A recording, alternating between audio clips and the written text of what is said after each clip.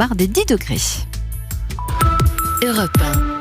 Écoutez le monde changer. C'est une fuite digne d'un grand roman d'espionnage ou d'un film hollywoodien. Le héros du scénario, Carlos Ghosn, arrêté au Japon en novembre 2018, emprisonné avant d'être assigné à résidence dans des conditions drastiques depuis 8 mois et désormais libre au Liban. Comment l'ancien patron de Renault-Nissan, poursuivi pour des revenus non déclarés et pour abus de confiance aggravé, a-t-il pu s'échapper? On va tenter d'y voir un peu plus clair avec vous, Aurélien Fleureau. Bonjour. Bonjour. Que sait-on à midi de ce mystérieux départ pour Beyrouth? Alors, il reste quelques zones d'ombre sur les circonstances précises de sa fuite du Japon, mais ce qui est certain, c'est que Carlos Ghosn est arrivé hier à l'aéroport de Beyrouth à bord d'un avion, très probablement un jet privé en provenance de Turquie.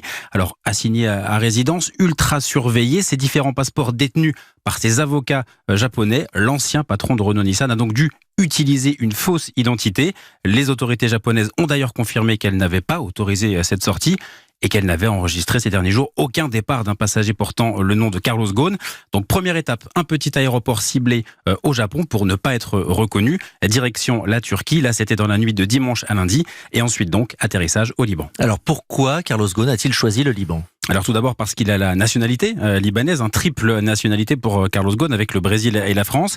Il a visiblement prévu d'y retrouver ses proches, ses enfants qu'il pouvait voir de temps en temps à Tokyo. Et puis surtout sa femme, Carole, qu'il n'a pas pu voir depuis le printemps dernier. Seule une communication très encadrée via Skype leur avait été récemment accordée.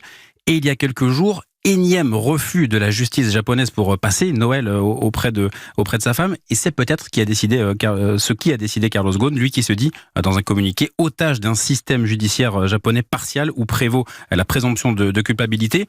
Et puis dernier élément clé pour comprendre ce choix d'être allé se réfugier à Beyrouth, il n'existe pas d'accord d'extradition entre le Liban et le Japon. Carlos Ghosn qui s'est donc déjà exprimé à travers ce communiqué très offensif. Oui, et on se dit que ce n'est que le début. Ces dernières interviews remontent à presque 1 an maintenant, alors qu'il était encore dans la prison de Kosuge. Il avait ensuite, au printemps, publié une vidéo pour clamer son innocence et dénoncer un complot pour le faire tomber. Ce sont ensuite ses avocats qui avaient pris la parole de peur d'être à nouveau incarcéré.